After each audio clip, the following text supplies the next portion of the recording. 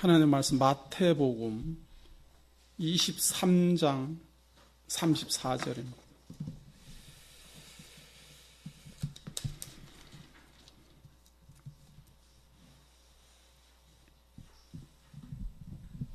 마태복음 23장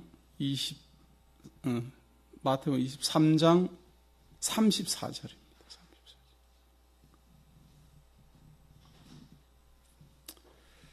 그러므로 내가 너희에게 선지자들과 지혜 있는 자들과 서기관들을 보내매 너희가 그 중에서 더러는 죽이고 십자가에 못 박고 그 중에 더러는 너희 회당에서 채찍질하고 이 동네에서 저 동네로 구박하리라.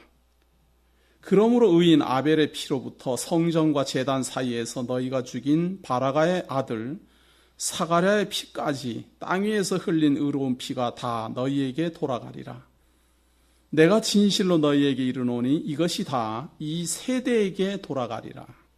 예루살렘아 예루살렘아 선지자들을 죽이고 내게 파송된 자들을 돌로 치는 자여, 암탉이 그 새끼를 날개 아래 모음같이 내가 내 자녀를 모으려 한 일이 몇 번이냐. 그러나 너희가 원치 아니하였도다. 보라, 너희 집이 황폐하여 버림바 되리라. 내가 너희에게 이르노니 이제부터 너희는 찬송하리로다. 주의 이름으로 오시는 이여 할 때까지 나를 보지 못하리라 하시니라. 39절까지 봉독해 드렸습니다. 자, 지금 이제 하나님의 나라에 대해서 계속 우리가 확인했고, 하나님의 백성, 그리고 최후로 하나님 나라에 입성하는 사람의 예복까지 확인한 다음, 이 하나님 나라에 입성하지 못하는 자들이 어떠한 자들인가 앞에서 계속 소개해 왔고, 이제 최종적으로 지난주에 우리가 확인한 바대로 회칠한 무덤, 자기의 임무를 다하지 못하는 예루살렘의 황폐에 대해서 예수님은 선포를 합니다. 그런데 오늘 지금 방금 봉독해드린 요절 내용을 보면은 선지자들을 구박하고 복음을 전파하는 자들을 구박할 것이다라고 예언을 합니다. 이게 앞에 했다 이 말이 아니라 그 34절 그 후반에 보시면 이 동네에서 저 동네로 구박하리라, 이 말은 예언이지요. 과거에도 구박해 왔고 앞으로도 구박하리라. 그래서 이 세대가 하나님의 심판을 받게 될 것이다, 화가 임할 것이다 라고 말합니다. 그러니까 하나님의 나라가 임하는 것도 소개하고 하나님의 나라가 어떠한지도 소개하며 구원받는 사람이 누구인지도 알게 하지만, 반면에 그 하나님 나라에 들어가지 못하는 사람이 누구며 심판받는 사람이 누구며 심판받는 대상이 누구인지를 분명히 합니다. 너무도 뚜렷합니다. 예수를 그리스도로 영접하고 하나님 나라에 입성하지 못한 모든 세대는 심판의 대상이요 하나님의 징계의 대상입니다. 그런데 그 징계를, 예를 들어서 지금 중국에 큰 지진이 났습니다. 저 지진이 난 것을 보고 저거 하나님이 징계했다 이렇게 말하면 이거 효력이 없습니다. 사건이 발생하고 난 다음에 그런 말 하면은 그거야 뭐 부처 믿는 사람들은 부처님이 징계했다 이렇게 말할 수도 있는 거고, 또 어떤 사람은 뭐 내가 도수를 써서 그랬다 이렇게 말할 수도 있는 거죠. 그것처럼 일단 사건이 발생한 뒤에 말하면 늦어요. 하나님은 그래서 항상 먼저 예언을 합니다. 이 세대로 하나님의 징계가 임할 것이다. 그러면서 그 징계가 임하는 첫 번째 대상을 바로 예루살렘으로 지목하고 있습니다. 그 내용이 바로 37절 내용인데요. 이 세대가 하나님에게 징계를 받을 것이다. 그리고 그 세대가 받는데 시작 출발점은 바로 예루살렘으로부터 시작됩니다. 그리고 이 시작되는 과정, 진행 과정을 24장 내용에서 소개를 하는데요. 이걸 신학적 용어로 종말론이라 이렇게 말합니다. 이 마태복음 24장 1절부터 소개되고 있는 이 24장의 내용은 요한계시록의 서론입니다. 지금이 마태복음 24장 1절로부터 시작해서 51절까지 소개되고 있는 내용 속에 구체적이고 더욱 자세하게 확대되어 있는 것이 바로 계시록입니다. 예수님은 여기서 24장 1절부터 이 내용은 24장의 내용은 사실은 개론적이에요. 대략 설명했다는 말이에요. 대략 중요한 것만 딱딱 짚고 넘어갔고 그 내용의 진행, 그 시간, 세대별 어떤 징조 이런 것들을 더 자세히 설명하는 것은 계시록에 나와 있습니다. 따라서 계시록의 서론격이니 예수 그리스도의 종말론을 우리가 얼마나 잘 이해하고 있느냐에 따라서 요한계시록을 보는 눈이 판이하게 달라집니다. 모든 성경은 하나님께서 사도들을 통하여 성령의 감동으로 기록한 것이기 때문에 예수님이 하신 말씀과 사도 요한이 기록한 것이 서로 다르면 이건 성경이 아니에요. 같은 말인데 더 자세하고 광범위하게 말했느냐 아니면 대략 말했느냐 이런 차이만 있을 뿐입니다. 그래서 그런 점을 알고서 우리가 계시록도 보고 종말론도 확인해야 되기 때문에 가장 대표적인 개론에 해당되는 이 예수 그리스도의 종말론 이것을 우리가 먼저 알고 있는 것이 그 다음 장을 보게 하는데 큰 역할을 하기 때문에 간략하게 되어 있지만 중요한 내용이므로 살펴보므로 이 세대에 어떠한 일이 발생했고 또 하고 있으며 할 것인가 미리 우리가 알고 있어야죠. 미리 알고 있어야 참 혼돈스러운 시대에 우리가 의지할 바 하나님을 더욱 믿고 경외하게 되어 있습니다. 그래서 이 24장의 내용은 참 중요하죠. 같이 한번 살펴보면은 자 예수님이 이제 예루살렘이 참 심판받게 될 것을 선언하지요. 암탉이 자기 새끼를 날개 아래 모음같이 어떻게 해서든지 모으려고 했지만 계속해서 거부하고 선지자들을 죽이고 하나님을 멀리 떠납니다. 그래서 이제 다시는 나를 보지 못하게 될 것이다. 주 예수 그리스도의 재림하는 날까지 너희들은 나를 보지 못할 것이다 라고 선언합니다. 그러니까 예루살렘이 망할 것이고 다시는 나를 보지 못할 것이다. 그런데 약속하기는 주의 이름으로 오시는 이여 할 때까지, 그 말은 끝까지 못 보는 게 아니라 예수 그리스도의 재림까지 이 말이죠. 예루살렘이 패망하더라도 예수 그리스도가 다시 오시는 그때까지 다시는 보지 못할 것이다. 그러면 언제부터 시작해서 언제까지 예수 그리스도가 재림할 것인가? 그게 이제 뒤에 하실 말입니다. 언제부터 시작이 돼서 예수 그리스도는 언제 재림할 것인가? 그런데 우리만 그렇게 궁금한 것이 아니고 말이에요. 그 주변에 있던 제자들도 그것이 궁금했던 것 같습니다. 24장 1절 봅니다. 예수께서 성전에서 나와서 가실 때에 제자들이 성전 건물들을 가리켜 보이려고 나아오니 대답하여 가라사대 너희가 이 모든 것을 보지 못하느냐? 내가 진실로 너희에게 이르노니 돌 하나도 돌 위에 남지 않고 다 무너뜨리오리라.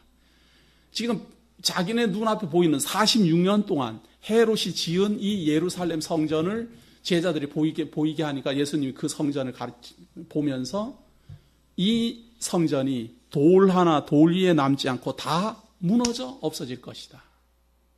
그리고 유대인들은 주의 이름으로 오시는 이여 할 때까지 나를 보지 못할 것이다.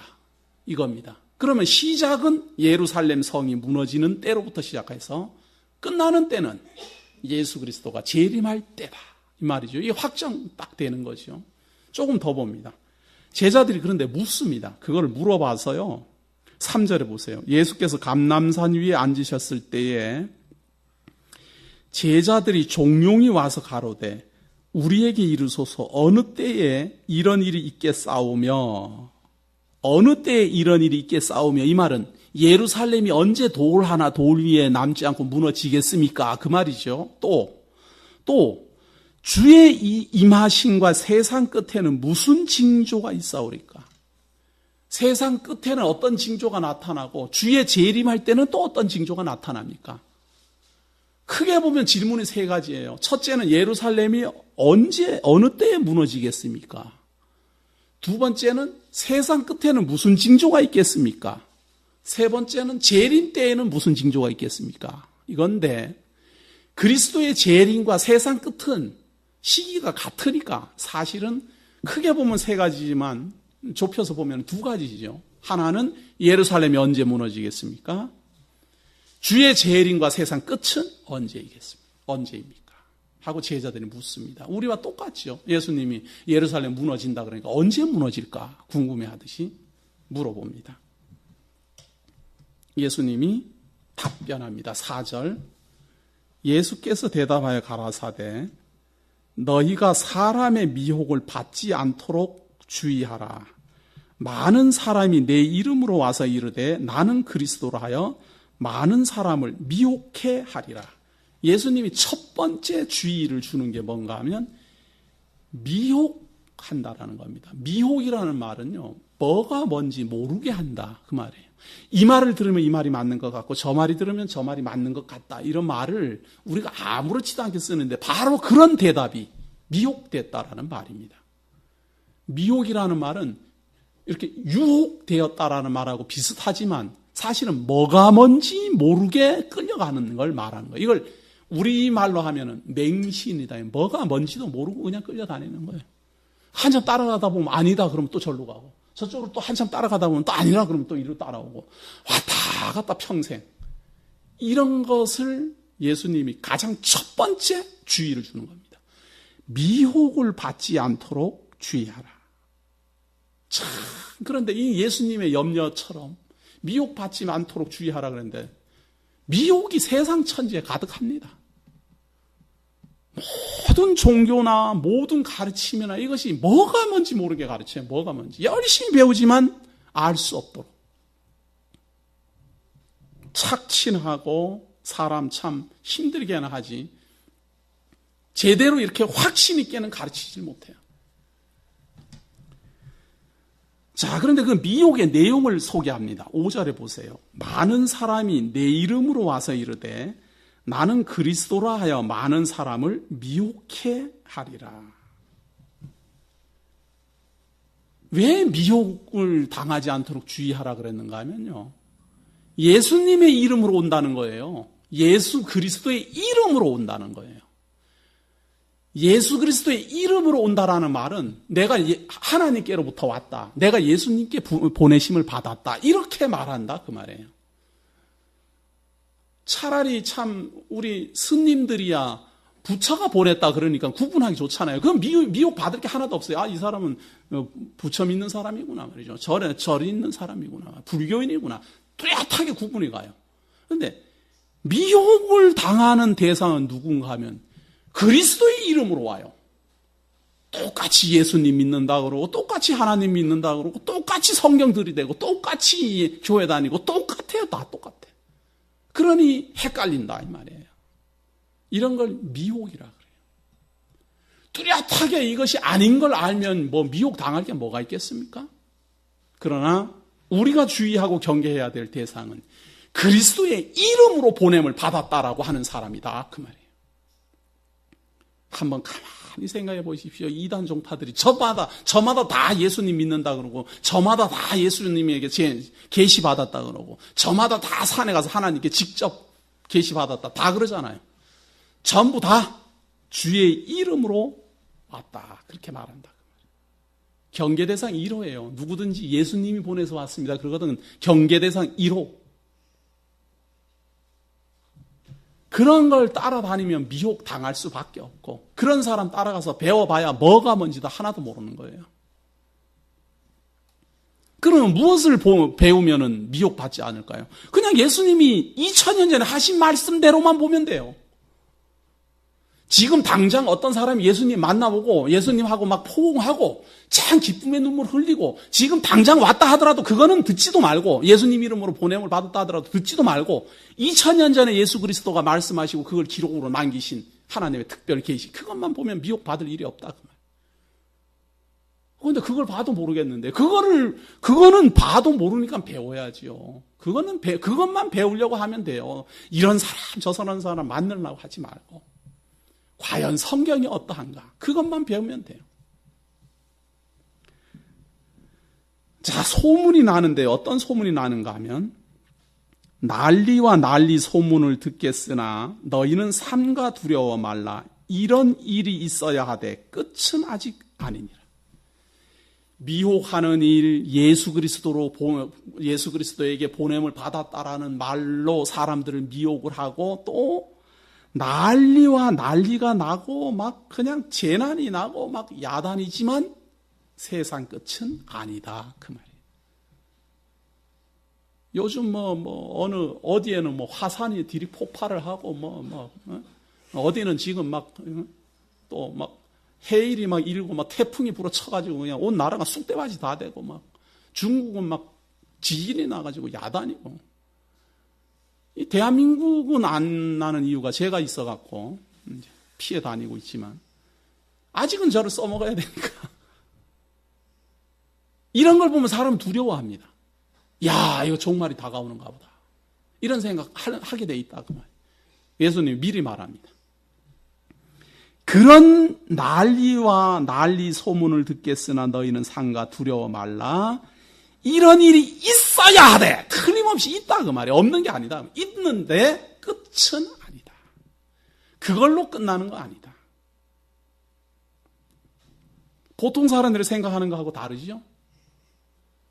지진이 나고 태풍이 몰아치고 화산이 폭발하면 세상 끝이 다가왔구나, 다 이래 생각하는데 예수님은 끝 아니다 그 말이에요. 그런 일은 있다. 이 말은 무슨 말인가 하면 어제 오늘의 일이 아니에요. 지금 지진이 일어나고 화산이 폭발하고 태풍이 몰아치고 하는 거는 한 번만 있는 일이 아니고 늘 있는 거예요. 늘. 그냥 시대를 달리하면서 그냥 예수님이 하신 그때로부터 세상 끝나는 날까지 이 역사에 중간중간에 계속 있는 거예요. 계속. 반복적으로. 또 그것만 있는 게 아니라 민족이 민족을, 나라가 나라를 대적하여 일어나겠고 처처에 기근과 지진이 있으리니 이 모든 것이 재난의 시작이니라. 다른 사람은 다 끝이라고 생각하는데 이게 시작이라 이 말이에요. 재난이 시작할 때는 그냥 막 화산이 폭발하고 지진이 일어나고 막 이런 일들이 막 일어나면서 진행하고 처처의 기근과 막 재난과 전쟁과 이런 일들이 있는데 이게 바로 역사라 이 말이에요. 이것이 세상 끝날라고 이러는 게 아니라 이렇게 진행된다. 역사가. 처처의 기근이 일어나고 나라가 나라를 대적하여 일어나고 민족이 민족을 대항하여 일어나고 이런 전쟁이 일어나는가 하면 또 한편에서는 기근이 일어나고 지진이 있고 막 있다 이 말이에요. 이것이 역사의 진행이다. 종말이 아니라 시작에 불과하다. 이렇게 딱 알고 있으면 중국에서 저렇게 지진이 났다 그렇게 하더라도 기도원으로 안 가는데 그거 모르는 사람은 지금 기도원으로 가려고 그래요. 야, 우리나라도 지진 날지 모른다더라. 예수님 재림할지 모른다. 이러면서. 이런 것은 반복적이고 역사의 진행 과정 속에서 나타난다. 미리 다 말했어요. 예수님이 말 안 한 게 없어요. 우리가 선입견을 가지고 함부로 봐서 그러는 것이지 이렇게 다 나타난다. 그리고 이것은 재난의 시작이다. 세상 끝이 아니고. 이렇게 말을 했는데도 불구하고 그냥 하나님 믿는다는 사람들도 뭘 어디 지진 났다 그러면 곧 막 세상 끝나는가 해갖고 또 걱정하고. 아이고 우리 딸내미 시집이나 보내고 세상 끝나야 되는데 뭐 이렇게 생각하고. 이런 것은 역사에 그때마다 우리가 살지 않았던 시대에도 있었던 사건들입니다. 나라와 나라가 대적하여 일어나고 민족이 민족을 그리고 처처의 기근, 지진 이런 것들은 계속해서 나타납니다. 그래서 계시록에 보면요 거의 3분의 1이 이 재난의 모습, 전쟁의 모습 이런 것들을 계시하고 있어요. 앞부분은 대부분 보면 우리가 굉장히 신비롭게 생각하는 내용들 있잖아요. 보면은 뭐 철병거가 뭐 와갖고 뭐 얼굴은 황충이요 또 이런 모습들을 보고 사람들이 다 뭔 신비로운 무엇으로 생각하는데 그런 것들이 다 질병이고 전쟁의 모습이고 다 그런 거예요. 그 전쟁 모습 아니에요. 철병거를 타고 뭐 달려오고 그런 모습들이에요. 그것이 역사에 계속 나타나요. 그때의 9절에 보세요. 그러한 역사 중에 그 말입니다. 사람을 예수 그리스도의 이름으로 와서 사람을 미혹하거나 또 전쟁과 전쟁이 일어나거나 기근이 일어나거나 진이 일어나거나 이런 역사적 사건들이 막 발생하는 그 역사적 진행 과정 속에 그때의 그 말이에요. 그러한 일들이 막 발생하는 과정 속에 사람들이 너희를 환난에 넘겨주겠으며 너희를 죽이리니 너희가 내 이름을 위하여 모든 민족에게 미움을 받으리라. 예수 그리스도를 믿는 사람들이 환난 당하고 박해받고 잡혀가고 죽고 할 것도 예언합니다. 재난만 일어나는 게 아니라 기근만 일어나는 게 아니라 그런 전쟁과 전쟁이 일어나는 그 와중 속에 또 미혹만 당하는 게 아니라 붙잡혀가 죽는 일도 일어난다. 예수님 믿는 사람들이 예수 그리스도의 이름으로 붙잡혀 들어가서 잡혀간다. 그때 많은 사람이 시험에 빠져 서로 잡아주고 서로 미워하겠으며 거짓 선지자가 많이 일어나 많은 사람을 미혹하게 하겠으며 불법이 성함으로 많은 사람의 사랑이 식어지리라. 그러나 끝까지 견디는 자는 구원을 얻으리라. 이 천국 복음이 모든 민족에게 증거되기 위하여 온 세상에 전파되리니 그제야 끝이 오리라. 참 너무도 확실하게 써 있지 않아요? 뭐 팔아서 넘겨주고 학대받아서 죽고 사랑이 식어지고 불법이 성하고 거짓 선지자들이 나타나고 그래서 거짓 선지자가 많이 일어난다고 하더니 요한계시록에 보면 거짓 선지자가 또 그대로 소개되잖아요. 거짓 선지자가 많이 일어난다 그랬는데 거짓 선지자는 어떤 자일까? 우리는 나름대로 막 생각하죠. 하나님을 믿지도 않는 이단들이 거짓 선지자다. 그 거짓 선지자에 대해서 계시록은 정확하게 또 누구인지를 밝히고 있죠. 많은 사람을 미혹하게 하겠으며 불법이 성함으로 불법이 성해요. 하나님의 올바른 법이 성하는 게 아니라 불법이 더 난리야. 불법이 성해요. 하나님이 세운 법이 아니에요. 그런데 이러한 불법이 더 번성해. 더 번성하고 더 세력을 얻고 더 많은 사람이 믿고 더 많은 사람이 따라가고. 그런데 그것을 어떻게 하는가 하면 불법이 성함으로 나타나는 현상이 있어요. 불법이 성하면 어떤 현상이 나타나는가 하면 불법이 성함으로 많은 사람의 사랑이 식어지리라. 불법이 성한 곳에는 법은 세워지는지 모르지만 사랑은 없어요. 냉혹하고 잔인하고 법대로라는 말이 그거 아니에요? 법대로 인정사정 볼 거 없다 이거 아니에요? 법대로. 그러나 가만히 법대로를 외치는 사람들 보면요. 자기가 법을 써서 유리할 때는 법대로 하자 그러고 법을 쓰면 자기가 불리할 것 같으면 멋대로 하자 그래요. 왜 힘이 자기한테 있으니까 그렇게 해도 괜찮아요. 어차피 힘 없는 사람은 자기가 힘이 없으니까 법을 의지해서 살려고 법대로 합시다 이렇게 말하지만 힘 있는 사람은 법도 필요 없다는 거예요. 힘 있는 사람. 그러다 보니 사랑은 없어요. 이걸 볼 줄 알아야 돼요. 이걸. 불법이 성하다는 것은 무엇으로 확인됩니까? 사랑이 식어지리라. 예언되어 있어요. 법이 성하면 사랑은 식어지게 돼 있고 사랑이 뜨거우면 모든 법을 초월한 사랑이 모든 법을 초월해서 사람을 사랑하고 이해하고 포용하게 되어 있습니다. 그러나 하면 할수록 진행하면 할수록 더 냉혹해지고 냉철해지고 냉랭해지고 무슨 인정사정도 없고 그냥 꼭 짚고 넘어가고 이거는 점점 식어져 가는 겁니다. 남자와 여자의 관계도 가만히 보십시오. 둘이 사랑이 뜨거울 때는 말이에요. 어지간한 잘못한 거 다 용서하고 맙니다. 아이고 그럴 수도 있지. 아이고 그렇게 하지 말라고 그랬는데 또 어디 가서 돈 띄었구나. 아이고 그렇게 하지 말라고 그랬는데도 또 저렇게 돈 띄웠는데 다 이해하고 말아요. 사랑이 식어지면 어떤 현상이 나타나는 줄 알았어요? 요건 못 참아. 요건 못 참아. 요건 법대로. 이혼이 아니건 이혼. 딱 법대로 하잖아요. 법대로. 용서가 없어요, 용서가. 똑같습니다. 그래서 제가 우리 교회를 향하여서도 염려하는 것이 질서를 위해서 정말 참 어떤 질서 유지를 위해서 너무 그런 기준도 없으면 막 너무 난장판이 될까봐 그것이 두려워서 어느 정도의 질서를 유지하기 위해서 규칙도 정하고 이런 걸 이렇게 정해놓고 항상 염려스러운 것이 그게 재미있거든요. 규칙을 정하면 사람은 규칙이라는 그 사실은 지키려고 하지 않으면 아무것도 아닌 그 힘도 없는 그 규칙에 사람은 매이게 돼 있어요. 그래갖고 규칙이 일하다 그러면 딱 다 다물어야 돼요.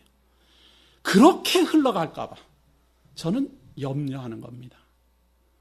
우리가 규칙 기준으로 해서 만나는 게 아니잖아요. 우리의 관계가 뭐예요? 우리의 관계는 교회 대구 장로의 규칙이 이러하다 이렇게 해서 만난 관계가 아니고 하나님께서 우리를 예수 그리스도의 사랑 안에서 우리를 이 교회로 불러주셨다. 그래서 만난 사랑의 관계예요. 그 사랑의 관계는 규칙이라는 건 정말 수준 높은 저급한 그 말이라 이 말. 그것이 뭔 필요 있어요? 내가 존중하면 저 사람도 나를 존중하면 서로 존중한다면 얼마나 멋있는 관계가 될 텐데 규칙이라는 걸 꼭 들이대갖고 당신 당회한테 이렇게 하면 돼? 이러면 안 돼요. 당회한테 이러면 안 돼. 이렇게 하는 건 이건 벌써 수준이 낮아진 거라. 이거는 정말 어쩔 수 없이 해야 되는 것이지. 왜냐하면 너무 막무가내로 나오면 어떻게 할 수가 없잖아요. 그럴 때나 쓰는 것이지. 사랑의 관계라면 절대로 그렇게 나가면 안 돼. 가능한. 그러나 지금 예수님이 여기서 염려하는 것은 지진도 일어나고 전쟁도 일어나고 사랑도 식어지는데 불법이 성함으로 나타나는 사랑이 식어지는 현상을 소개하고 있습니다. 그리스도의 이름으로 미혹하는 자들을 소개하고 있습니다. 거짓 선지자가 많이 일어날 것을 예언하고 있습니다. 그럼 거짓 선지자가 나타나는 걸 어떻게 구분합니까? 구분하는 거 간단해요. 하나님께서는 예수 그리스도를 통하여 마지막으로 말했어요. 그리고 예수 그리스도의 사도들을 통하여 그 마지막으로 말씀하신 예수 그리스도의 말씀이 기록으로 전부 남았어요. 이제 다시는 선지자를 보낼 이유가 없어요. 그러니까 선지자라고 나타나면 건 다 거짓말쟁이에요. 다. 간단해요. 뭐 헷갈릴 거 하나도 없어요. 그런데도 불구하고 그런 거짓 선지자가 나타나면 사람들이 많이 따라갈 거예요. 진짜 따라가잖아요. 한번 보십시오. 얼마나 많이 따라가는가. 제가 전에도 한번 소개해드린 바가 있지만요. 우리는 이슬람 종교를 우습게 여기면 안 됩니다. 이슬람 종교인들이 8억이 넘어요. 8억이. 세계 종교인들 중에서 기독교, 그 다음에 불교, 그 다음에 세 번째 많은 게 이슬람이에요. 그런데 그들이 누구를 추종합니까? 하나님의 이름으로 보냄을 받았다라는 무하마드라는 그 사람의 선지자로 추앙하고 따릅니다. 그것이 지금 세계의 3분의 1을 장악하고 있어요. 그런데도 그게 너무 커서 보이지를 않아요. 보이지를. 그들의 생활상을 한번 보십시오. 거짓 선지자가 가르쳐준 그대로 나타나는 그들의 불법이 성함으로 나타나는 현상을 보시라 그 말이에요. 네? 지난번 신문에 보니까 지금 미국 대통령 후보 중에 그 흑인으로 나오는 사람, 그 사람은 어머님은 기독교인이고 아버지는 이슬람 종교인이라는 거예요. 그러니까 이 오하마죠? 맞죠? 이 사람은 사실은 기독교인도 아니고 이슬람교인도 아니지만 이슬람 쪽에서는 배교자로 봅니다. 안 믿는다 이게 아니라 아버지가 이슬람을 믿었으니까 아들도 틀림없이 믿어야 되는 거예요. 안 믿으면 그걸 배교자라 그래요. 그런데 이슬람 법에 배교자는 무슨 위해를 가해도 처벌할 수 없다. 그렇게 되어 있어요. 그러니까 이 사람은 만약에 대통령이 된 다음에 이슬람 지역에 가다가 누구한테 총 맞아 죽어도 아무도 그 나라에서는 그 사람 안 잡아가요. 무서운 사람들이. 크게 보면 그렇고 작게 보면 우리들의 관계에서도 그렇습니다. 우리 대구 장로교회라는 자그마한 모임에서 법이 어떻고 규칙이 어떻고 이렇게 나가기 시작하면 사람 냉랭해서 못 사는 거예요. 그렇지 않아요? 우리도 일반 생활하다가 무슨 일 하다가 뭐 주차 이렇게 하다가 차가 뭐 충돌하고 그러면은 법대로 하자 이러면 하면 정남이 뚝 떨어지잖아요. 그냥 뭐 서로 이해하고 양보하고 이렇게 해서 타협하면 참 좋겠는데 법대로 합시다 이렇게 말하면 아주 정남이 떨어지잖아요. 하물며 교회 생활하면서 참 그런 것은 힘든 이야기입니다. 그런데 예언되어 있기를 그런 일들이 발생한다. 그러나 끝까지 견디는 자는 구원을 얻으리라. 이 말은 그 과정을 다 겪는다는 게 아니라 그런 과정들이 다 나타나는 그 과정 속을 다 살아가게 되어 있다 그 말이에요. 우리 얼마 살지 않은 인생이지만 제가 얼마 살지 않은 인생이지만 우리들 인생 속에서도 얼마나 많은 적그리스도가 나타나고 얼마나 많은 전쟁과 기근과 지진과 환란이 임했습니까? 그 과정 속을 그냥 지나가면서 예수를 그리스도로 믿고 하나님을 여호와로 경외하며 하나님의 사랑이 무엇인지 깨닫고 믿음이 무엇인지 알며 소망을 가슴속에 담고 그렇게 지금 우리가 살아가고 있잖아요. 이렇게 끝까지 견디는 자는 구원을 얻으리라. 이 천국 복음이 모든 민족에게 증거되기 위하여 온 세상에 전파되리니 그제야 끝이에요. 그럼 세상 끝은 언제입니까? 복음이 끝까지 전파돼야 끝이 와요. 복음은 언제 끝이에요? 그러면 세상 끝은 어디입니까? 그래갖고 뭐 또 사람들은 세상 끝이 어디냐? 지구는 동그란데. 출발한 데서 출발한 대로 돌아가면 끝이지요. 그것도 간단해요. 뭐 되게 어려워요. 출발한 대로 돌아가면 끝나는 거예요. 시작을 어디서 했는가? 예루살렘과 사마리아와 땅끝까지 이르러 내 증인이 되리라. 이렇게 예수님이 말씀하실 때 출발 예루살렘으로 해서 예루살렘으로 돌아가면 끝나는 거예요. 그게 세상 끝이에요. 그 세상 끝나는 그 시기까지 처처의 기근과 재난과 전쟁과 이런 일들이 막 일어나고 거짓 선지자가 막 출현하고 미혹하고 이것이 전체 줄거리입니다. 세상 종말의 전체 줄거리. 예수 그리스도가 선언하시는 이때로부터 시작해서 복음이 전파되는 끝날까지 이 역사는 진행될 겁니다. 어떤 역사? 지진이 일어나며 재난이 일어나며 기근과 전쟁과 미혹하는 일과 거짓 선지자들과 불법이 성한 일과 이런 일들이 많이 일어나고 한편으로는 끝까지 견디는 하나님의 성도들이 존재하는 이런 역사가 진행된다. 그리고 또 한 번, 이걸로 좀 너무 서운하잖아요? 너무 간단하잖아요? 그러니까 또 한 번 구체적으로 설명을 하는데 앞에서 물었던 예루살렘이 언제 무너집니까? 세상 끝날의 징조는 뭡니까? 이거 말해줘야 될 거 아니에요? 이거 이제 답변해 주시는데요. 이 15절. 그러므로 너희가 선지자 다니엘의 말한 바 멸망의 가증한 것이 거룩한 곳에 선 것을 보거든. 이 다니엘의 말한 바, 이 말은 다니엘이 예언을 했어요. 뭔가 하면 거룩한 것이, 멸망의 가증한 것이 거룩한 곳에 선 것을 보거든. 이렇게 할 때 예언하기를 멸망의 가증한 것이 거룩한 곳에 선 것을 보거든 너희들은 도망하라. 이런 내용이 다니엘서에 나와요. 그런데 그 다니엘은 예표였어요. 예표로 들어서 이 말이에요. 지금 다니엘이 말했던 거를 기억해라. 그 예표를. 그 다니엘이 말한 대로 이루어진 역사를 기억해라. 이 말이에요. 다니엘이 말한 대로 예루살렘이 황폐하게 될 것이다. 예언을 하고 그 황폐하게 될 때 멸망에 가증한 것이 거룩한 곳에 서게 될 것이다. 예언합니다. 그리고 그렇게 서게 되는 그 시기에 2300주야의 환란이 시작되지요. 그런 일이 일어났던 걸 기억해라 그 말이에요. 여기 깨달을진저 이 말은 그걸 깨달아라 그 말이에요. 그렇게 다니엘을 멸망에 가증한 것이 일어났던 그러한 역사가 현실로 또 나타날 것이다 그 말입니다. 그런 일이 일어나거든 그때의 유대에 있는 자들은 산으로 도망할지어다. 지붕 위에 있는 자는 집 안에 있는 물건을 가질러 내려가지 말며 밭에 있는 자는 겉옷을 가질러 뒤로 돌이키지 말지어다. 대상이 분명합니다. 16절에 보세요. 그때에 유대에 있는 자들은 그 말이에요. 유대에 예루살렘이 있잖아요. 그 유대에 있는 예루살렘에 있는 유대에 있는 사람들은 어떻게 해야 되는가 하면 산으로 도망할지어다. 이게 굉장히 중요한 말입니다. 유대에 사는 사람들은요, 멸망의 가증한 것이 거룩한 곳에 선 것을 보고, 이거는 그 예루살렘이 지금 예루살렘에 무슨 제우스 우상이 이제 로마 제국이 그걸 무너뜨릴 때 제우스 우상을 거다 세웁니다.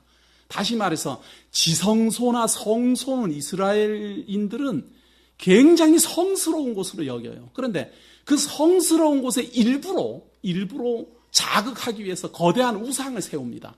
그렇게 우상을 세우면 그걸 무너뜨리려고 예루살렘으로 가거나 혹은 예루살렘에 가서 하나님께 기도하려고 예루살렘으로 가거나 그렇게 하지 마라 그 말이에요. 유대에 있는 사람들은 어떤 사건만 나타나면 예루살렘으로 갑니다. 그건 기본 상식이에요. 모든 사람들은 산에서 막 나무하다가도 전쟁이 난다 그러면 예루살렘으로 막 가는 게 유대인들이에요. 그러니까 하지 말아요. 산에 있는 자들은 유대에 있는 자들은 산으로 도망할지어다. 오히려 유대에 있으면 산으로 멀리 도망가라. 예루살렘으로 들어오지 말고 지붕 위에 있는 집 안에 있는 물건을 가질러 내려가지 말며 지붕 위에 있으면 그거 내려가지 말고 빨리 산으로 다 도망가라 그 말이에요. 언제 가갖고 뭐 물건 챙기고 할 시간 없다 그 말입니다. 밭에 있는 자는 겉옷을 가질러 뒤로 돌이키지 말지어다. 막 이제 재난이 시작되고 급히 공격에 들어오기 때문에 빨리 산으로 도망가야지. 유대에 있다고 해갖고 예루살렘으로 가지 말라는 말입니다. 그날에는 아이 벤 자들과 젖 먹이는 자들에게 화가 있으리로다. 아이가 딸려 있고 이렇게 아이를 베고 있으면 도망가기가 쉽지 않잖아요. 지금 밭에서 일하다가 전쟁이 나더라 하면 그 소리 듣고 산으로 빨리 겉옷도 가지지 말고 도망가야 되는데 아이까지 있는 엄마들은 어떻게 하면 되겠어요? 재난이 나면 제일 불쌍한 사람들이 어머님들 아니에요. 아이 챙겨야 되지. 거다가 몸이 무거우면 도망가기도 힘들고. 이런 구절 읽고 또 어떤 목사님들은 그래갖고 처녀들이 시집도 못 가게 하잖아요. 이거 젖 먹이는 자들에게 화가 있다 그랬다고. 당연히 화가 있지요. 그럼 재난이 시작되고 지금 전쟁이 시작되는데 이 사람들이 얼마나 힘이 들겠습니까? 너희의 도망하는 일이 겨울에나 안식일에 되지 않도록 기도하라. 그런데 이 예루살렘이 이렇게 멸망에 가증한 것이 서고 전쟁이 일어나는 일이 겨울이면은 혹독한 겨울에 도망가야 되니까 도망가도 참 살기 어렵잖아요. 또 안식일날 하나님 앞에서 참 기도하고 예배드리고 속죄제사 드리고 그래야 되는데 예루살렘 무너지면 안식일날 어떻게 합니까? 오히려 그렇게 되지 않도록 기도하라. 이는 그때 큰 환란이 있겠음이라. 창세로부터 지금까지 이런 환란이 없었고 후에도 없으리라. 이 창세로부터 이런 일이 없었고 후에도 없으리라 이 말은 예루살렘을 기준으로 했을 때 과거의 어떤 역사에서도 이보다 더 참담한 일은 없었다 그 말이에요. 그리고 그 후에도 없을 것이다. 왜? 예루살렘은 다시 재건 안 될 거니까. 예루살렘 과거의 역사 중에 이렇게 황폐하게 된 적이 없었고 또 후에도 없을 것이다. 왜? 돌 하나 돌 위에 남지 않고 다 무너져 버렸으니까.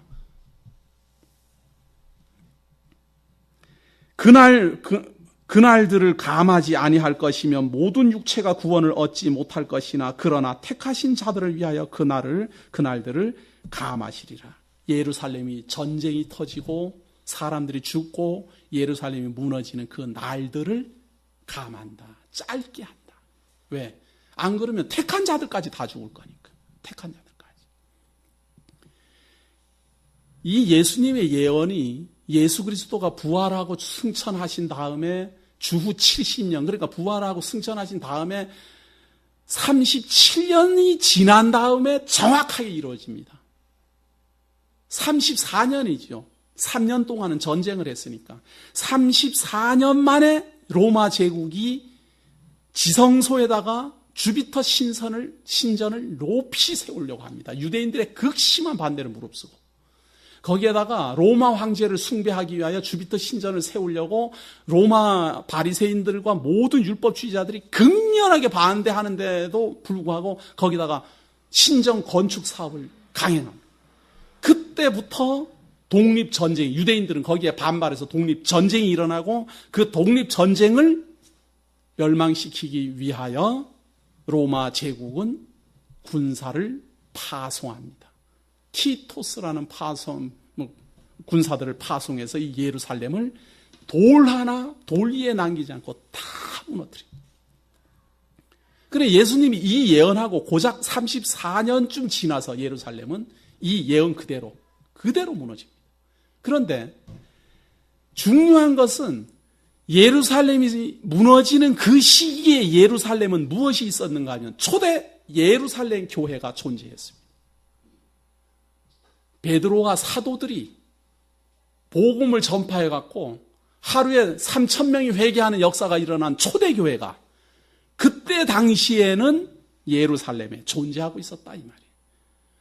그런데 그 사람들이 그 예루살렘에 존재하고 있는데 로마 제국에 의해서 예루살렘이 무너지니까 누가 죽어가는가?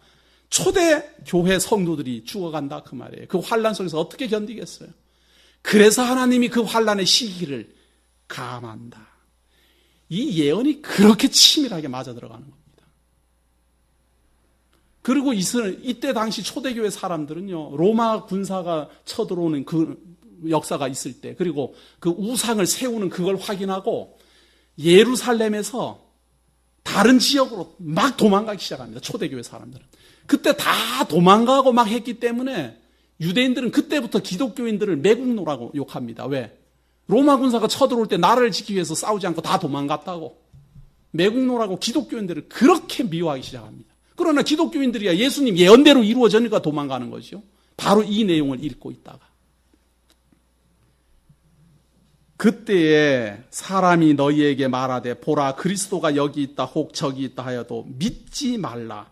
거짓 그리스도들과 거짓 선지자들이 일어나 큰 표적과 기사를 보이어 할 수만 있으면 택하신 자들도 미혹하게 하리라. 그리스도라는 말은 메시아라는 말이거든요. 예수 그리스도라는 말은 예수라는 메시아가 왔는데 십자가에 달려 죽었다. 그러니까 내가 메시아다 이러고 나타난다 그 말이에요. 아닌 게 아니라 주 70년에 예루살렘 무너질 때 곳곳에서 자기가 메시아다. 그때 당시 하여튼 군중들을 일으키는 반란군들 두목은 다 자기가 메시아라고 그랬어요.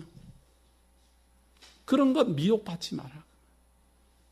그 반란군에 가담했다가 로마 제국에게 몰살당한 모든 사람들은 사실은 우리는 예수 그리스도 한 분만 있는 줄 알지만 그리스도라는 이름은 누구에게나 붙일 수 있는 거예요. 메시아라는 뜻이니까. 만약에 제가 이스라엘 민족을 구원해내는 사람은 새창 그리스도 이렇게 말할 거 아니에요. 그것처럼 누구나 그리스도라고 붙일 수 있어요. 우리가 믿는 예수 그리스도 이 말은 모든 그리스도는 그리스도가 아니고 오직 예수로 불리워졌던 처녀의 몸에서 잉태했던 다윗의 후손으로 오신 그분만 그리스도다 그 말이에요. 그러나 수많은 그리스도 나도 그리스도 너도 그리스도 그러면서 많은 사람들을 미혹했어요. 그리고 많은 사람들이 죽게 됩니다. 자 25절입니다. 보라 내가 너희에게 미리 말하였노라. 내가 미리 말했다. 나중에 몰랐습니다. 그러고 끌려가고는 죽지 마라. 그러면 내가 올 때는 어떻게 오는가? 그러면 저마다 나타나고 내가 그리스도다 막 이러고 다 하니까 사람들이 그걸 구분 못하고 다 끌려갈 거 아니에요. 그러니까 내가 미리 말했다. 그리스도가 왔다라고 말하면 다 거짓말인 줄 알아라. 내가 임하는 것은 진짜 예수 그리스도가 임하는 것은 이렇게 소개됩니다. 26절. 그러면 사람들이 너희에게 말하되 보라 그리스도가 광야에 있다 하여도 나가지 말고 보라 골방에 있다 하여도 믿지 말라. 그리스도가 어디에 있다 해도 가지 마라 그 말이에요. 가지 마라. 왜? 우리가 믿는 그리스도, 우리가 믿는 예수 그리스도는 어떻게 오시는가 하면요. 번개가 동편에서 나서 서편까지 번쩍임 같이 인자의 임함도 그러하리라. 우리가 찾아가지 않고 그리스도가 찾아와요. 어떻게? 번개가 동편에서 번쩍하면 서편까지 다 비춰지듯이 그리스도가 오면은 모든 택한 백성에게 다 보일 수 있도록 와버려요. 그러니까 우리가 찾아다니면 안 돼요. 어느 장소로 오는 게 아니라 전체가 볼 수 있도록 임하기 때문에 우리가 어느 장소로 몰려가 버리면 죽음을 당할 수밖에 없어요. 이게 다른 겁니다.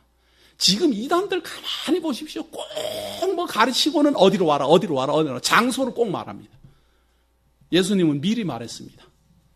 모든 그리스도, 모든 거짓 선지자들을 구분하는 방법, 어느 장소로도 가지 마라. 골방에 있다고 해도 가지 말고, 산에 있다고 해도 가지 말고, 광야에 있다고 해도 가지 말고, 어디에 있다고 해도 가지 마라. 내가 간다. 그 말이에요. 간단하잖아요. 이렇게 간단한데도 불구하고 사람들이 많이 미혹당하는 걸 보면 참 그게 미혹이에요. 헷갈리니까. 아무리 간단해도 이거는 안 믿어지니까. 번개가 동편에서 나서 서편까지 번쩍인 같이 인자의 임함도 그러하리라. 죽음이 있는 곳에는 독수리들이 모일지니라. 죽으러 가는 사람들은 어느 장소로 모여요? 죽음이 있는 곳에는 독수리들이 모이는데 거기는 뭐 독수리들이 모여갖고 막 시체라도 뜯어 먹으려고 모여들겠지요. 그런데 중요한 것은 예수님은 그 말을 하려는 게 아니라 죽으려는 사람들은 모여든다 그 말이에요. 죽으려는 사람들은. 살려는 사람들은 그 자리에 가만히 있어라. 내가 데리러 간다. 얼마나 확실합니까? 이렇게 자세하게 말했는데도 참 확신이 없으면 참 답답한 이야기죠. 거짓 선지자와 참 우리 주 예수 그리스도, 참 그리스도를 어떻게 구분합니까? 거짓 그리스도를 어떻게 구분합니까? 어디로 오라 하거든, 어느 장소에 있다 하거든, 골방에 있다 하거든, 광야에 있다 하거든, 가지 마라. 왜? 그리스도는 동에서 번개가 번쩍해서 서쪽까지 비치는 것처럼 하나님이 택한 백성들에게 다 비춰질 거니까. 그날 환난 후에 즉시 해가 어두워지며 달이 빛을 내지 아니하며 별들이 하늘에서 떨어지며 하늘의 권능들이 흔들리리라. 천재지변이 일어나는데 그 천재지변이 일어나는데 어느 장소로 간들 살겠어요? 가만히 있어야지. 예? 아니 하늘이 해가 어두워지고 달이 빛을 내지 않고 별들이 하늘에서 떨어지고 하는데 이것이 세상 끝의 징조인데 예수 그리스도의 재림의 시기인데 어느 장소로 간들 살겠어요? 우리가 지금 잘 이야기해야 됩니다. 첫째는 예루살렘이 무너지는 시기고 두 번째는 세상 종말의 징조예요. 예수님이 재림할 때를 이야기하는 겁니다. 하늘의 권능들이 흔들리리라. 그때의 인자의 징조가 하늘에서 보이겠고 그때의 땅의 모든 족속들이 통곡하며 그들이 인자가 구름을 타고 능력과 큰 영광으로 오는 것을 보리라. 예수 그리스도의 재림은 하늘로부터 모든 사람이 볼 수 있도록 모든 민족이 통곡하는 가운데 임하기 때문에 우리가 어느 장소로 피해도 아무 소용없어요. 어디로 피해 가려고는 망상 자체가 벌써 미혹당한 거예요. 이것만 하고 또 있으면 또 불안할 텐데 적어 보세요. 31절에 저가 큰 날팔 소리와 함께 천사들을 보내리니 저희가 그 택하신 자들을 하늘 이 끝에서 저 끝까지 사방에서 모으리라. 그 자리에 가만히 있어라. 내가 모은다. 그 말이에요. 내가 천사들을 보내어 다 모은다. 그 자리에 가만히 있어. 예수 그리스도가 하늘로부터 임하는 것을 보라. 그 자리에 가만히 있어. 예수 그리스도를 영접하라. 그 말이에요. 찾아다니지 말고 미혹당하지 말고. 수도 없이 많은 거짓 선지자, 거짓 그리스도 나타나도 요동치 말고 그 자리에 가만히 있어. 예수 그리스도가 보내는 천사들이 우리를 영접하여 예수 그리스도에게로 모으는 그날까지 견디는 자는 구원을 얻으리라. 그 말이에요. 그것이 믿어지지 않아갖고 이리 뛰고 저리 뛰고 막 여기 갔다 저기 갔다 그러다가 다 패가망신하고 불신자 되고 미혹당해갖고 헤매 돌다가 다 세상 끝나는 거예요. 우리가 생각할 때는 아이고 그래도 내가 신앙생활 50년 했는데 내가 80년 했는데 내가 100년 했는데 수도 없이 꼽아봐도 미혹당한 시기를 빼고 나면 얼마나 있느냐 그 말이에요. 얼마나. 우리가 처음서부터 신앙생활하면서부터 모든 것을 다 깨닫고 밝게 알지를 못하잖아요. 뭐가 뭔지도 모르다가 조금씩 알다가 조금씩 배우다가 또 배웠다가 절망하다가 실망했다가 또 이것도 아닌가 보다 그랬다가 또 배웠다가 이렇게 하면서 우리가 나아가는 거 아니에요.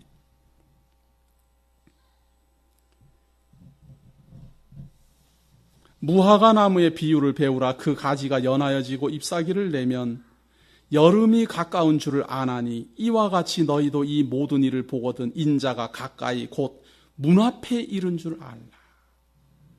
무화과 나무의 비유 이렇게 보면은 잎사귀가 막 커지고 야 이제 여름이 가까웠구나 이렇게 알듯이 적그리스도가 출현하고 거짓 선지자들이 난무하고 기근과 재난과 이런 일들이 자꾸만 역사에서 나타나거든.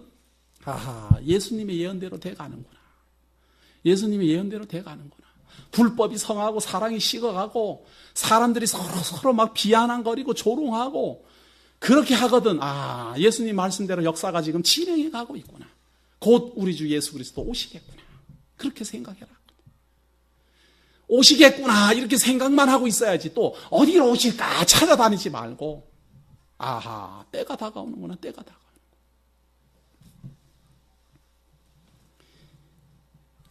내가 진실로 너희에게 말하노니 이 세대가 지나기 전에 이 일이 다 이루리라. 이 세대라는 말은 예수님이 말씀하는 이 시대로부터 세상 끝까지 복음이 전파되는 이 시대를 한 세대라 그렇게 말해요. 예루살렘과 사마리아와 땅끝까지 이르러 내 복음의 증인이 되리라 하신 그때로부터 그 복음이 땅끝까지 전파되는 그 시기, 그걸 한 세대라 그렇게 말해요. 이 한 세대 속에서는 민족과 민족이 나라가 나라를 그리고 재난과 기근과 온갖 병마들이 들끓고 불법이 성행하고 미혹을 하고 그리스도가 거짓 그리스도가 출몰하고 택하신 자들이라도 다 미혹하려고 애를 쓰고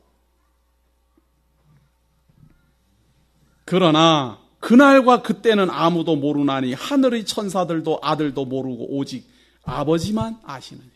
언제 몇 월 며칠 날 그거 계산하지도 마라. 왜? 때라는 말은 언제 어느 때 이렇게 말할 때는 시절을 말하는 거예요. 아, 시기적으로 봤을 때 지금 점점 수많은 2000년의 세월이 지금 흘러갔다. 2000년의 세월이 흘러가면서 수많은 전쟁들, 수많은 재난, 수많은 지진, 수많은 질병들, 수많은 굶주린, 수많은 거짓 선지자들, 수많은 적그리스도들이 출몰했었다. 이런 일들이 많아지거든. 아하, 이제는 정말 참 예수 그리스도 저 멀리 하늘 공중 저 멀리 천사들의 나팔 소리와 함께 우리 주 예수 그리스도 임하실 때가 다가오는구나. 그렇게 생각하라. 날짜는 모른다 그 말이에요. 날짜는. 왜? 알려고 하지도 말고 이렇게 알려고 하지도 마라 그래도 그걸 또 밝히겠다고 뭐 또 야단들이에요. 그거 계산해서 뭐 하게? 그거 계산해갖고 대구 장로교회 거기 앉아갖고는 하얀 옷 입고 이러고 있으려고요? 그러지 말라는데. 야 보세요. 때를 노아의 때와 같이 인자의 임함도 그러하리라. 홍수 전에 노아가 방주에 들어가던 날까지 사람들이 먹고 마시고 장가들고 시집가고 있으면서 홍수가 나서 저희를 다 멸하기까지 깨닫지 못하였으니 인자의 임함도 이와 같으리라. 하는 거 다 하다가 예수님 오는 거예요. 미리 뭐 준비하고 할 시간이 없어요. 갑작스럽게 온다 그 말. 갑작스럽게.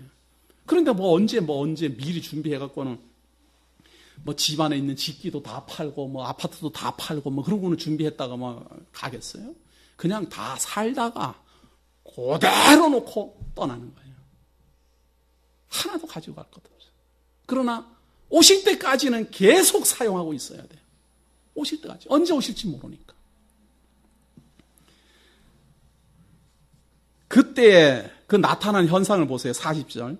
그때 두 사람이 밭에 있으면 하나는 데려감을 당하고 하나는 버려둠을 당할 거예요. 밭에서 뭐 하겠어요? 농사 짓는 거 아니에요. 예배 드리고 있는 게 아니고 밭에 가서 자기 할 일이 농사 짓고 있는 거예요. 농사 짓고 있어도 데려간다 그 말이에요. 누구를? 하나님의 택한 백성은. 그런데 우리들 얼핏 생각하기에는 예수님 온다 그러는데 예배당에 가서 그래도 예배라도 드리고 있어야 안 되겠나? 기도라도 하고 있어야 되겠고. 이런 생각을 한다니까요. 그래갖고 깨어서 기도하라 그랬다고 철회한다고 야단법석이고. 밭에 가서 일해라 그 말이에요. 그래도 데려갈 테니까. 걱정하지 말고. 또 두 여자가 매를 갈고 있으면 하나는 데려감을 당하고 하나는 버려둠을 당할 것이니라. 맷돌질하고 있다는 거예요. 여자는 맷돌질, 남자는 밭에 나가 일하고. 그런데 택한 자는 데려감을 당하고 불택자는 버려둠을 당하리라. 누가 데려갑니까? 예수 그리스도가 모든 천사들을 땅끝까지 보내어 자기의 택한 백성을 불러 모으는데, 그때 불러 모을 때 밭에 있던 매를 갈고 있던 다 불러 모을 것이다. 그러나 택한 백성이 아닌 자를 예수 그리스도가 불러 모을 리는 없지요. 그러므로 깨어 있으라. 어느 날에 너희 주가 임하는지 너희가 알지 못함이니라. 그러므로 깨어 있어라. 이 말은 잠자지 말고 있어라 그 말이 아니라 때를 알고 있어라 그 말이에요. 아, 지금 어느 때가 진행돼 가고 있구나. 이런 걸 알려면 성경을 알아야 될 거 아니에요. 지금 어느 정도의 역사가 진행해 가고 있구나. 어디쯤 역사가 흘러가고 있구나. 우리는 또 궁금하죠. 그러면 지금 우리가 살고 있는 이 역사는 언제쯤입니까? 그런 걸 알려면 계시록을 알아야 된다 그 말이에요. 지금 여기서는 대략 예루살렘은 어떻게 무너진다. 그때는 어떤 현상이 일어난다. 전쟁이 일어나고 기근이 일어나고 잡혀가고 예수님 재림한다. 이렇게만 말하잖아요. 그 가운데 역사를 말하지 않아요. 그 가운데 진행되는 역사를, 과정을 말하지 않아요. 그걸 좀 자세히 말해주면 참 좋겠잖아요. 다른 데서 제자들을 통해서 말할 거니까. 예수님이 요한을 통해서 다 기록하게 할 거니까 말 안 하는 거예요. 여기서는 시작과 끝, 개론만 알면 돼요. 이러므로 너희도 예비하고 있으라. 생각지 않은 때에 인자가 오리라. 충성되고 지혜 있는 종이 되어 주인에게 그 집 사람들을 맡아 때를 따라 양식을 나눠줄 자가 누구뇨?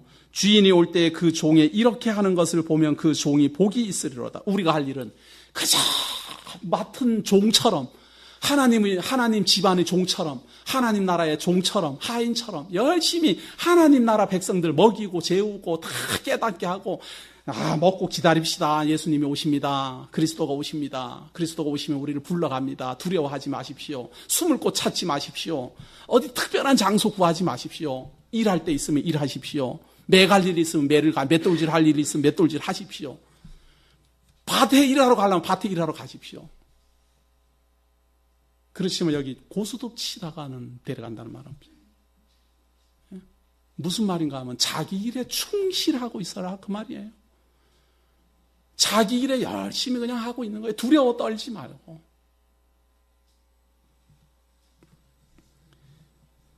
때를 따라 양식을 나눠줄 자가 누구냐?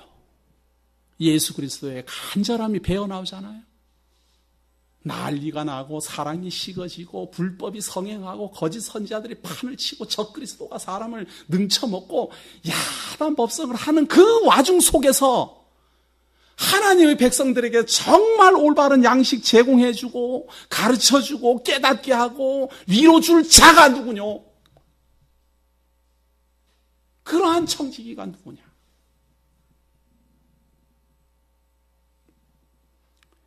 이 그리스도의 이 간절함이 가슴속 깊이 느껴져야 돼요. 예수님은 결코 예수 그리스도가 재림할 때까지 하나님의 백성을 맡은 청지기들이 부귀영화 누릴 거라고 소개하지 않아요. 그렇다고 해서 거지처럼 산다 이런 말 하는 게 아니에요. 충성되게 그 일을 계속 정말 지혜롭게 잘 맡아서 열심히 가르치고 그 일에 매진할 자가 누구냐? 밭 가는 사람은 밭 갈러 가고 맷돌질 하는 사람은 맷돌질 하되 그들을 가르치고 인도할 자가 누구냐?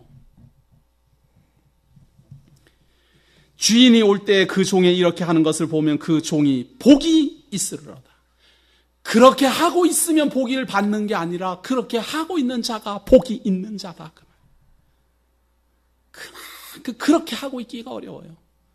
전부 다 이리 뛰고 저리 뛰고 그거 아니다 저렇다 저런 이렇다 그러고 막 이리 뛰고 저리 뛰고 어디 가고 나 그리스도 만났다 어디 가고 나는 뭐 참 선지자 만났다고 야단 법석인데도 그러든지 말든지 예수 그리스도의 복음의 말씀 가지고 열심히 가르치는 사람 그 사람은 복이 있다.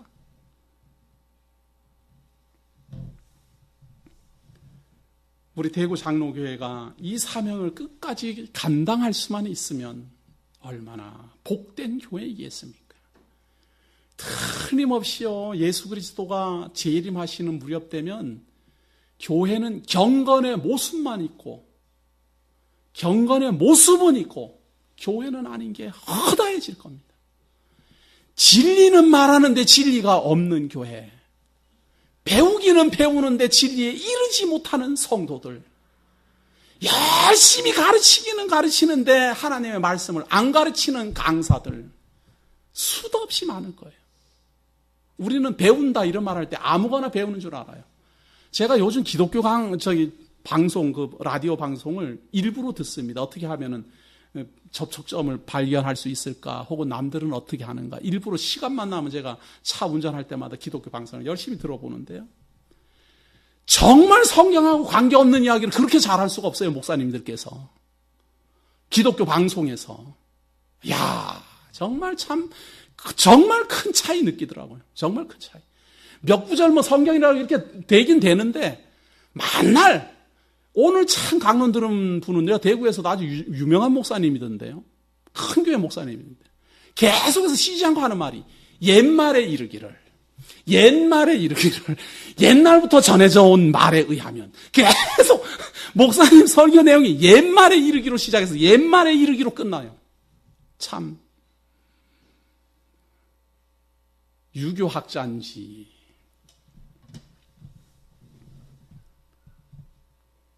47절입니다. 내가 진실로 너희에게 이르노니 주인이 그 모든 소유를 저에게 맡기리라. 만일 그 악한 종이 마음에 생각하기를 주인이 더디오리라 하여 동무들을 때리며 술 친구들로 더불어 먹고 마시게 되면 생각지 않은 날 알지 못하는 시간에 그 종의 주인이 이르러 엄히 때리고 외식하는 자에 받는 율에 처하리니 거기서 슬피 울며 이를 갈미 있으리라.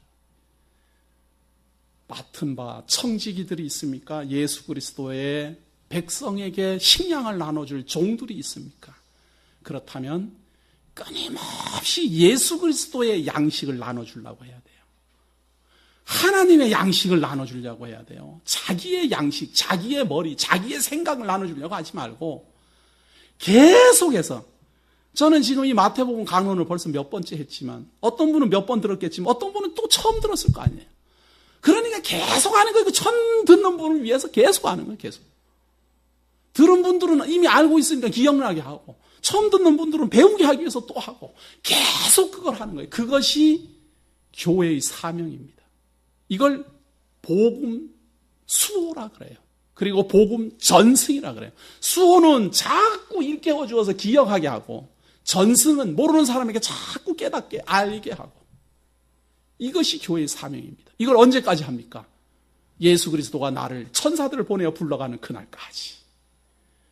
예수 그리스도가 천사들을 보내어 사방 끝에서 우리들을 불러가는 그날까지. 천지가 개벽하고 하늘이 우는 그날까지. 이 일은 쉴 수 없습니다. 기도하겠습니다. 하나님께서 우리를 사랑하셔서 예수를 그리스도로 보내시고 이 세상의 종말, 이 세상의 역사, 이 세상이 심판받는 징조를 자세하고 구체적으로 예언하게 하셨습니다. 그 예언의 내용을 따라 우리는 역사를 돌아보며 하나님의 섭리를 확인합니다. 복음이 어디로부터 시작돼서 어디로 진행하고 있으며 지금은 어디에 머물러 있는가. 하나님의 손길을 그것을 따라 확인하며 우리 주 예수 그리스도 오시는 그날이 언제쯤일까 가슴속 깊이 소망 가운데 기다리며 또 기다립니다. 이 세상의 모든 사람들처럼 우리도 함께 밭을 갈고 이 세상의 모든 사람들처럼 우리도 함께 돈을 벌며 이 세상의 모든 사람들처럼 잠자고 땀 흘려 일하지만 우리들 가슴속 깊이 예수 그리스도 오시는 그날까지 그날까지 우리가 참고 견디리라 하는 소망이 있습니다. 하나님이여, 이 아름다운 소망, 이 아름다운 하나님의 예언, 우리를 하여금 깨달아 알게 하셨으니 기억하게 하시고 마음속 깊이 새겨지게 하시며 이 세상의 역사를 바라보며 나는 어디에 서 있는가? 나는 무엇을 알고 있으며 무엇을 확증하고 있는가? 다시 한번 돌아보게 하옵소서. 하나님께서 주신 이 하나님의 귀하신 말씀, 오고 오는 세대에 계속해서 전파되며 전승되게 하시고 이 하나님의 말씀 간직할 하나님의 택한 백성들에게는 가슴속 깊이 간직되게 하옵소서. 오늘도 함께하여 주시는 은혜 감사드리오며 예수님 이름으로 기도드립니다.